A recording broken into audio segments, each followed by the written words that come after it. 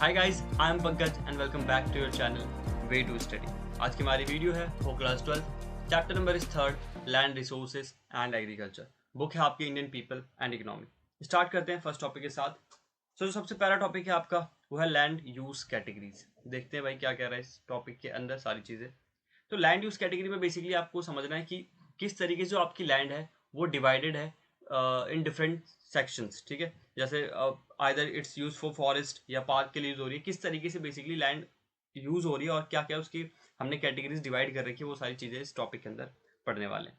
पहला जो टॉपिक है स्टार्ट करते हैं पहले पॉइंट के साथ।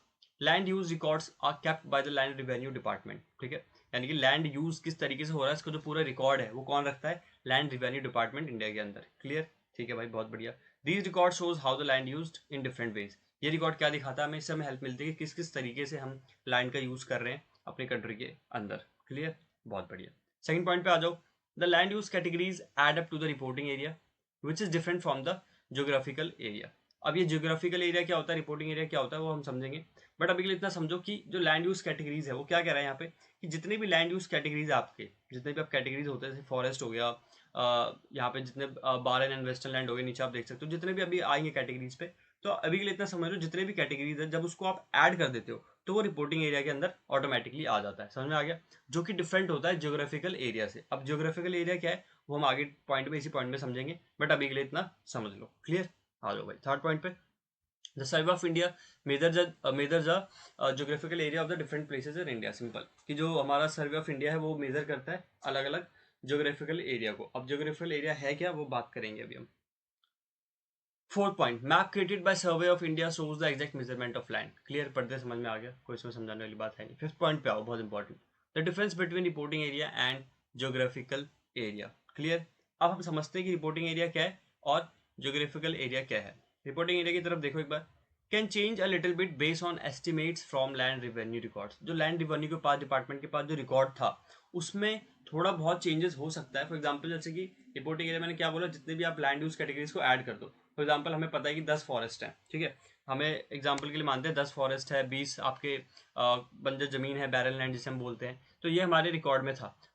तो ये मान लो लैंड रिवेन्यू रिकॉर्ड कर रखा था, बट यहाँ पे थोड़ा बहुत चांसेस है कि ये ऊपर नीचे हो जाता है, एस्टिमेट हम इसको लेके चलते हैं। तो यहाँ पे बस इतना ध्यान रखना है आपको, रिपोर्टिंग एरिया के अंदर आपको जो नंबर्स है वो थोड़े बहुत फ्लक्चुएट हो सकते हैं, एस्टिमेट्स एग्जैक्ट नहीं होते बिल्कुल। ठीक है, थोड़ा सा एस्टिमेट लेके आपको चलना पड़ता है।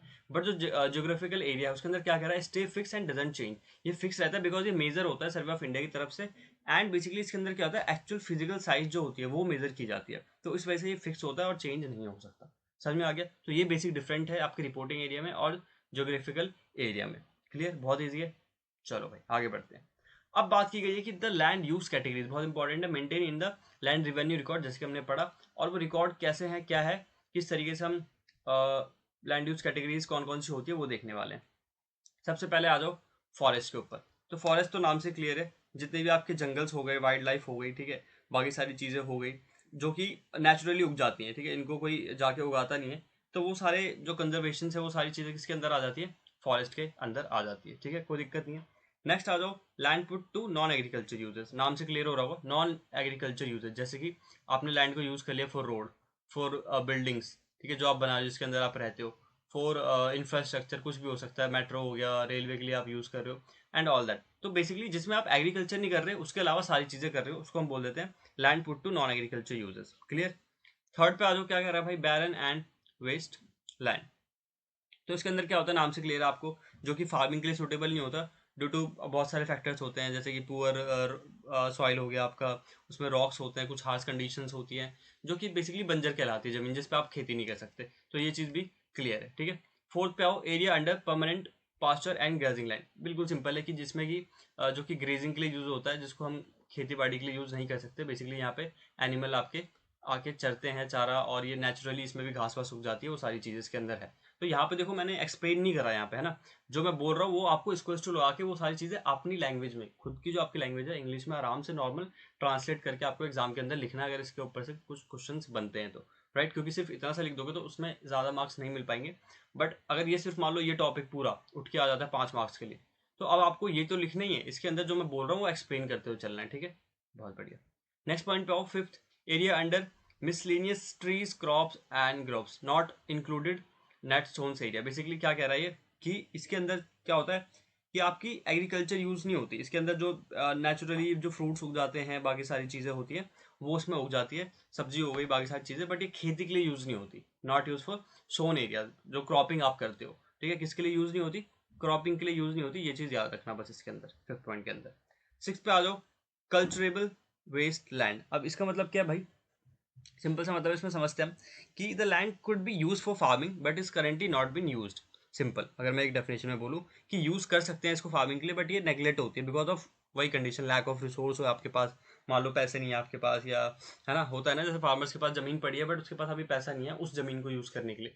तो ऐसी जमीनें जो कि अभी पड़ी हुई है खाली because of any condition, poor, उसमें सॉइल कंडीशन हो सकती है, या उसको छोड़ दिया गया है, पैसे नहीं है, वो सारी कंडीशन, उसको हम बोलते हैं कल्चरेबल वेस्ट लैंड। मतलब उसमें खेती कर सकते हैं बट अभी कर नहीं रहे, ठीक है, वो खाली पड़ी है। नेक्स्ट आ जाओ आपके करंट फैलो। अब करंट फैलो क्या कह रहा है भाई, कि this is a land which is use for farming in the past but left empty. अगर मैं ऐसा बोलूँ तो बेसिकली करंट फैलो के लिए ये सिंपल सा एक वर्ड है कि शॉर्ट टर्म के लिए इसको छोड़ दिया जाता है, फार्मिंग नहीं करते इसमें, ठीक है, शॉर्ट टर्म के लिए छोड़ दिया, बाद में फिर इसमें फार्मिंग करेंगे। For example 3 months 6 month short term थोड़ा जो है, 1 महीने के लिए भी छोड़ दिया, उसके बाद इसके अंदर फार्मिंग होगी। ये बेसिकली इसका मतलब। नेक्स्ट आ जाओ, follow other than current fallow, right, sorry follow बोल दिया मैंने, फैलो।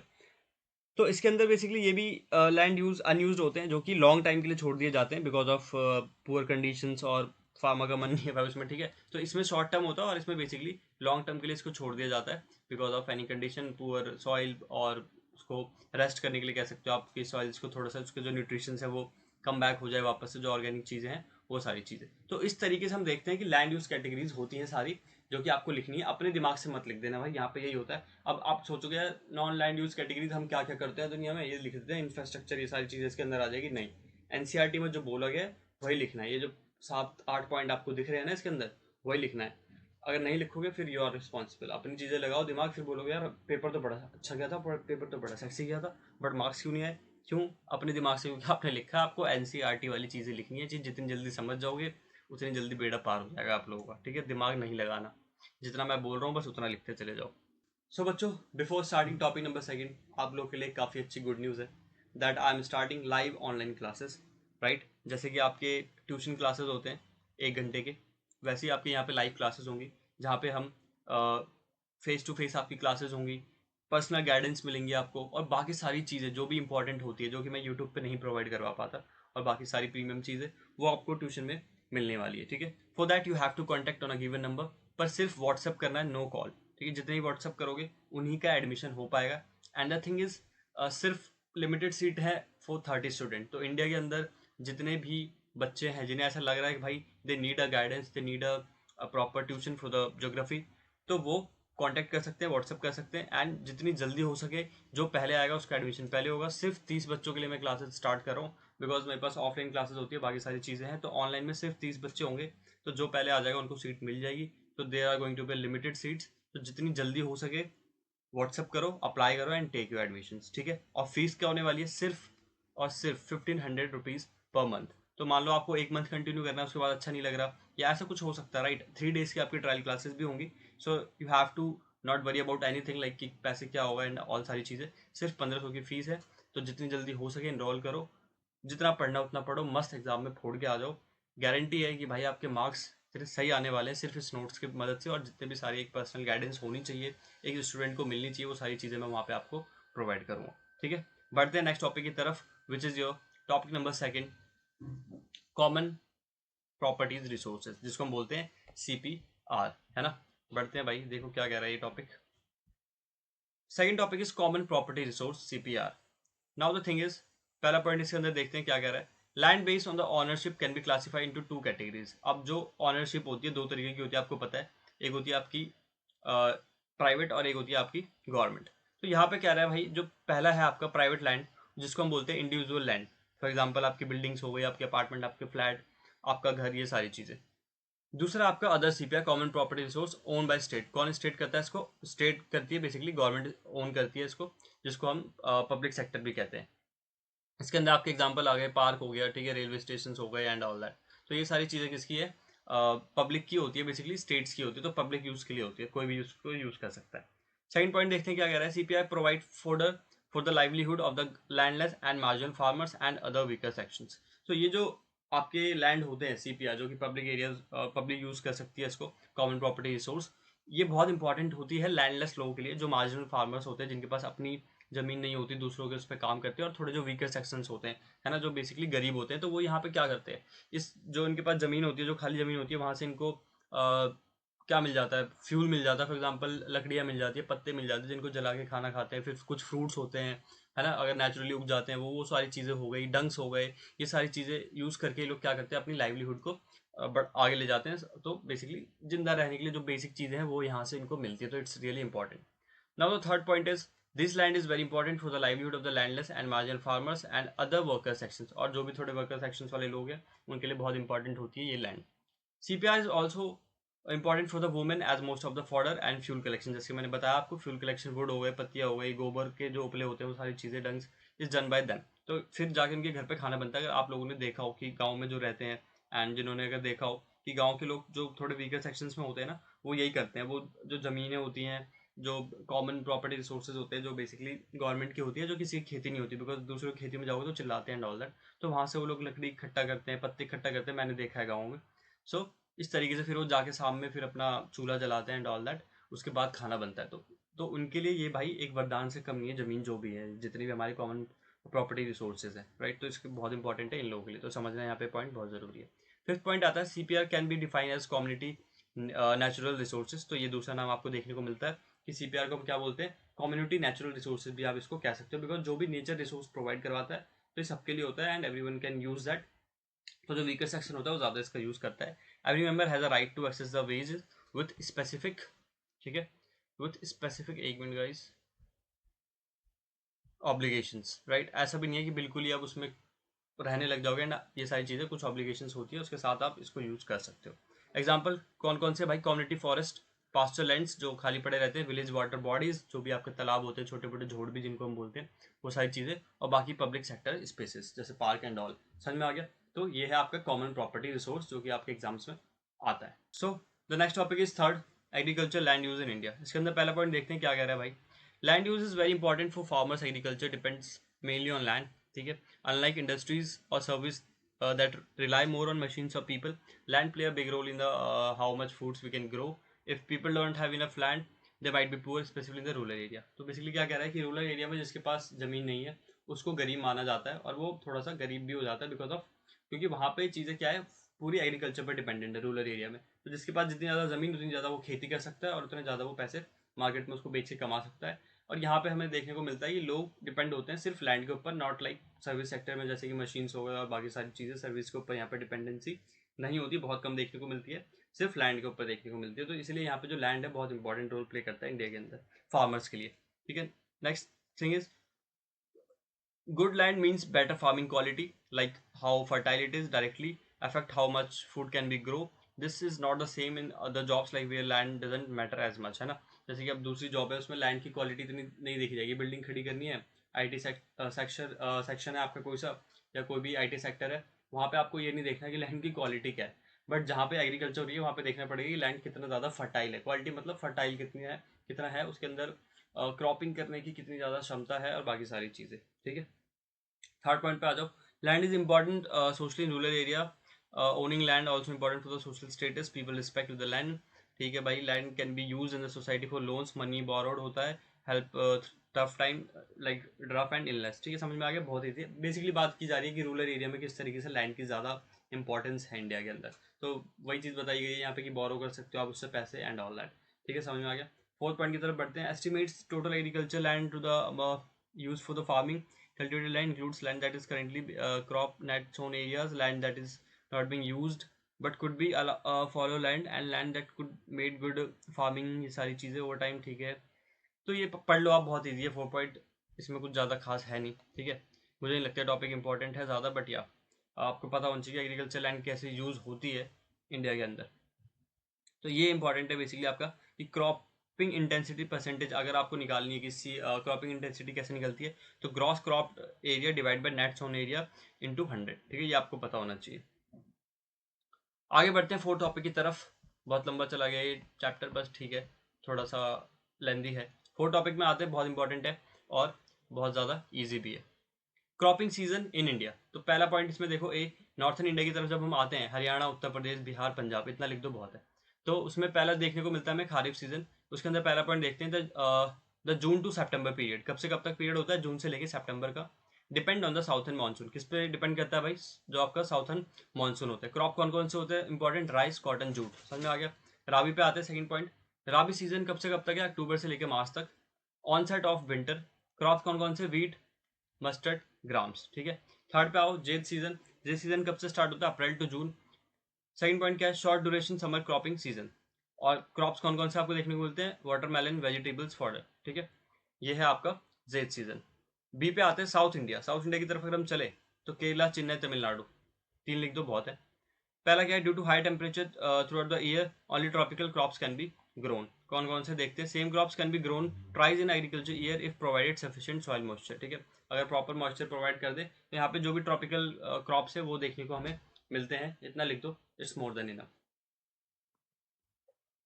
सो बच्चों, नेक्स्ट टॉपिक की तरफ बढ़ते हैं, which is fifth topic, type of farming. And this is the last topic of this video, because this is video number first. और video number second के लिए आपको लिंक डिस्क्रिप्शन में मिल जाएगी। हर टॉपिक, जितने भी आपके चैप्टर्स हैं उसमें जब भी आप डिस्क्रिप्शन में जाओगे तो आपको प्रीवियस और नेक्स्ट वीडियो की लिंक हमेशा मिलेगी, तो वहाँ से आप नेक्स्ट पार्ट पे आप जा सकते हो। फिफ्थ टॉपिक देखते हैं, type of farming, which is on the basis of soil moisture. Soil moisture के हिसाब से इसको डिवाइड किया गया है। पहला है आपका रेन फीड, जिसको हम बरानी फार्मिंग बोलते हैं। बी है आपका इरीगेटेड फार्मिंग। राइट, अब इसके अंदर भी दो दो सेक्शन है। पहला आपका ड्राईलैंड फार्मिंग, वेटलैंड फार्मिंग। इसमें आ जाता है प्रोडक्टिव और प्रोटेक्टिव फार्मिंग। पहला देखते हैं भाई क्या कह रहा है, क्या इसकी डेफिनेशन है एंड ऑल दैट। पहला है आपका rain fed and which is known as बरानी फार्मिंग। पहला पॉइंट इसके अंदर ड्राईलैंड फार्मिंग।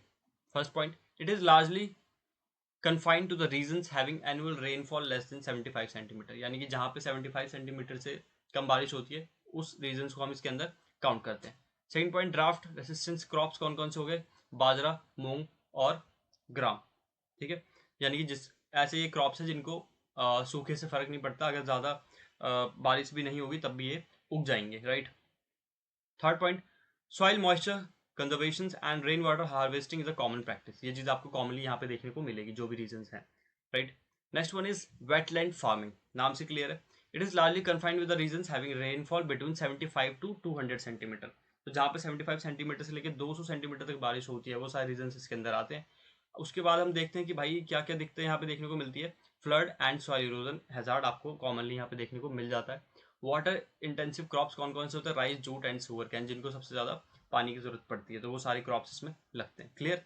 नेक्स्ट बढ़ते हैं, बी इरीगेटेड फार्मिंग। क्या कह रहा है भाई इसके अंदर? पहला, protective irrigation farming. The objective of protective irrigation farming is to protect the crop from soil moisture absentee.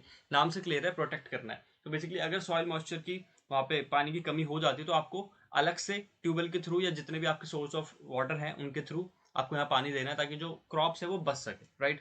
Hair irrigation act as an supplementary factor over the above the rainfall. मतलब जो बारिश हुई उसके बाद भी पानी की जरूरत पड़ती है, तो वो आपको अलग अलग सोर्स से इसमें डालना पड़ता है। जैसे मतलब बेसिकली नदी से डाल दो, मोटर चला के, पंप चला के, या ट्यूबवेल से डाल दो, या कुएं से डालो, कहीं से भी डालो, बट एक्स्ट्रा डालना पड़ता है। जैसे कि जिम जाते हैं तो जो नेचुरल डाइट है वो तो आपको खानी है, बट जब आप सप्लीमेंट लेते हो उसको हम बोलते हैं कि यहाँ पे प्रोटेक्टिव इरीगेशन फार्मिंग इसको कहते हैं। प्रोटेक्ट करना आपको बेसिकली क्रॉप्स को।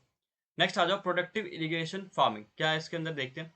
Productive irrigation is meant to provide sufficient soil moisture in the cropping seasons to achieve higher productivity. Clear? To achieve higher productivity. Now, second point, in such irrigation the water input per unit area of the cultivation land is higher than the protective irrigation. जितना हम protective irrigation में पानी डालते हैं उससे ज़्यादा productive वाले में डालना पड़ता है। बट प्रोडक्टिव में क्या होता है कि यू हैव टू, जो क्रॉप्स होते हैं बेसिकली वो ये वाले होते हैं जिसमें ज़्यादा पानी की ज़रूरत पड़ती है, तो वहाँ भी आपको ध्यान देना पड़ता है कि प्रोडक्टिव में क्या करना है, आपको प्रोडक्शन पे ध्यान देना है। तो अगर वहाँ पानी की ज़रूरत पड़ रही है तो you have to provide the water extra, जो भी आपको सोर्स है उसके थ्रू। समझ में आ गया? तो ये है बेसिकली आपके type of farming and last topic था इस चैप्टर का। मिलता हूँ आपसे नेक्स्ट वीडियो में। Till then take care, bye bye.